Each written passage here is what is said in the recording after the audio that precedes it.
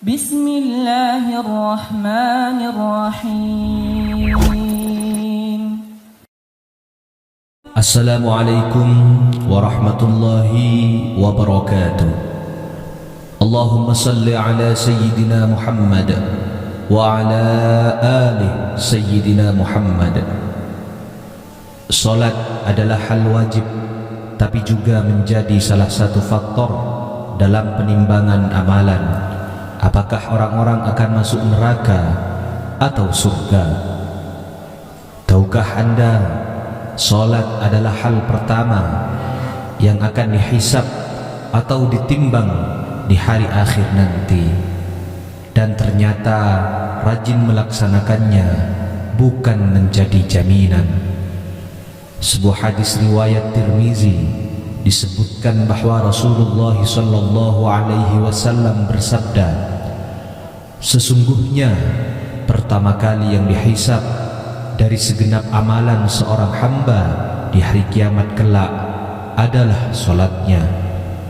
Bila salatnya baik, maka beruntunglah ia, dan bila mana salatnya rusak, sungguh kerugian menimpanya. Meskipun sangat penting, tapi ternyata masih ada saja orang yang menganggap remeh salat dan bahkan tidak melaksanakannya. Bahkan sebagian orang mungkin tetap melakukan salat namun terpaksa karena menganggapnya rutinitas. Hal-hal seperti inilah yang membuat orang-orang rajin salat tapi bisa masuk neraka. Bagaimana bisa? Berikut ini adalah penjelasan mengenai golongan orang-orang yang rajin salat tapi bisa masuk neraka. Sebelum kami melanjutkan, ringankan tangan Anda untuk like, komen, dan subscribe agar kami terus berkarya memberikan manfaat untuk saudara kita sesama muslim. Yang pertama, salat tapi suka berdusta. Dusta atau bohong adalah salah satu dosa besar yang akan mendapatkan balasan siksa di akhirat kelak. Namun tampaknya di dalam kehidupan masyarakat sekarang ini, berbohong sudah menjadi hal yang umum. Padahal sekecil apapun kebohongan, tetap saja itu adalah perbuatan yang menimbulkan dosa besar. Maka dari itu, meskipun seseorang rajin beribadah atau sholat, namun suka berbohong, maka ibadahnya akan sia-sia. Kebohongan atau dusta akan menghapus amalan-amalan. Lalu jika seseorang tersebut mati dalam keadaan belum bertaubat kepada Allah, maka ia akan dimasukkan ke dalam neraka.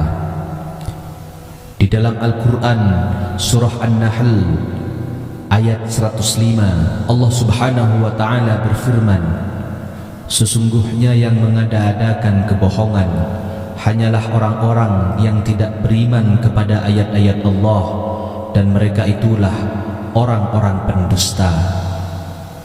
Mungkin kalian sudah tahu bahwa bohong adalah salah satu ciri dari orang munafik. Maka dari itu disarankan untuk menjauhi tindakan dusta tersebut. Yang kedua, salat tapi minum minuman keras. Minuman keras adalah segala jenis minuman yang memabukkan. Sebagian orang muslim mungkin masih ada yang melakukannya. Inilah salah satu yang bisa merusak salat. Rasulullah sallallahu alaihi wasallam pernah berkata bahwa minuman keras adalah induk dari segala macam kejahatan. Maka dari itu beliau melarang orang-orang untuk mendekati apalagi meminumnya. Minuman keras atau khamr haram hukumnya jika diminum oleh umat muslim, dan jika itu sudah dilakukan maka disarankan untuk bertaubat dan memperbaiki sholatnya. Yang ketiga, sholat tapi percaya dukun. Dukun diketahui adalah seorang yang bisa mengerti perkara gaib dan hal-hal yang tersembunyi, dan orang-orang sholat namun mempercayainya termasuk golongan yang akan merusak neraka. Hadis riwayat Imam Muslim pernah menjelaskan bahwa orang yang mempercayai dukun, salatnya tidak akan diterima selama 40 hari. Percaya dengan dukun juga dikategorikan sebagai orang-orang yang berdosa besar, karena hanya Allah Subhanahu wa ta'ala yang mengetahui segala sesuatu. Satu lagi, bahwa percaya dukun dan benda pusaka adalah tindakan musyrik, karena dukun adalah orang yang bersekutu dengan syaitan.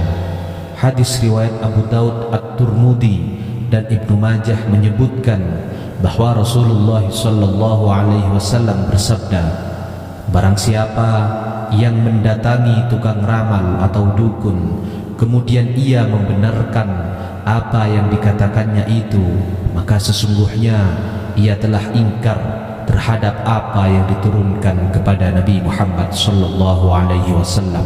Yang keempat, salat tapi suka bergunjing. Salah satu yang bisa memasukkan orang ke dalam neraka adalah bergunjing atau membicarakan kejelekan orang lain.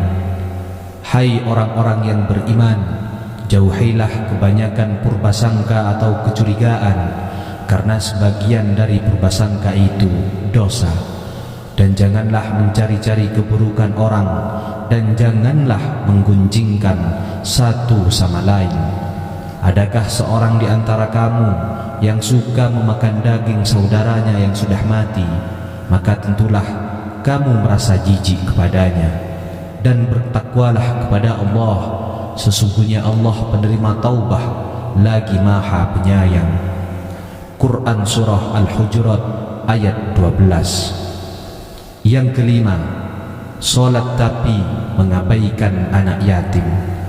Orang yang salat tapi mengabaikan anak yatim adalah termasuk orang yang mendustakan agama dan bisa masuk neraka.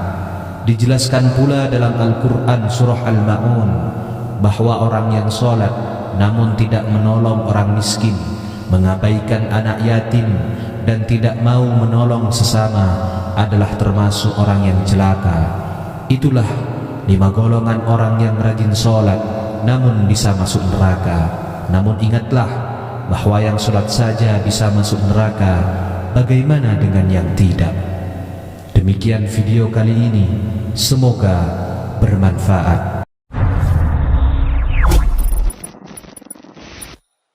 Bismillahirrahmanirrahim.